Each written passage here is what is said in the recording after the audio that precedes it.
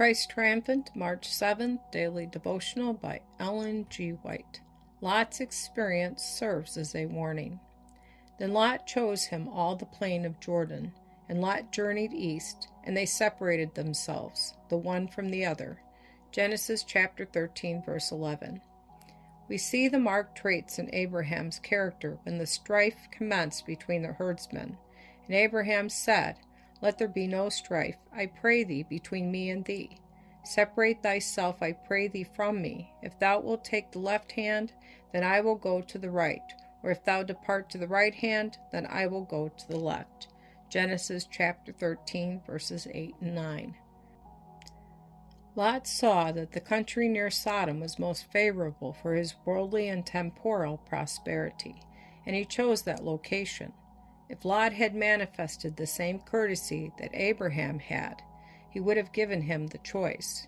But Abraham did not take the position that he was superior to everyone around him. He took a humble position. It was the right of Abraham to make his choice and to be first, but he chose to be courteous in this matter. Lot, instead of inquiring whether this would be the most favorable for his morality and godliness, thought only of his worldly prosperity. But the time came when Lot was placed in a most trying position because of the wickedness of the inhabitants of Sodom.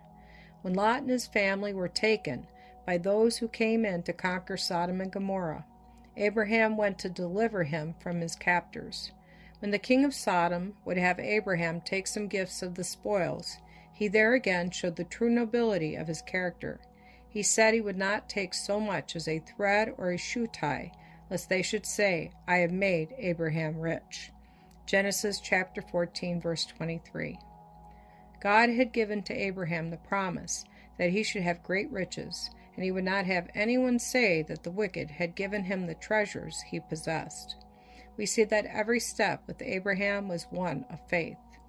We read in Genesis chapter 18 of visitors coming to Abraham as he was sitting in the door of his tent. These were angels of God, and one of them was no less than the Son of God. When these guests came up to his tent, they were strangers, but he observed the rules of true courtesy toward them. The Word of God tells us to be not forgetful to entertain strangers, for thereby some have entertained angels unawares. Hebrews chapter 13, verse 2. Abraham did this, and when the heavenly guests made themselves known to Abraham, they told him what their purpose was in regard to Sodom. And while Abraham was not in Sodom, was not connected with Sodom, yet we see that he had intense interest that Sodom should not be destroyed if God could spare it.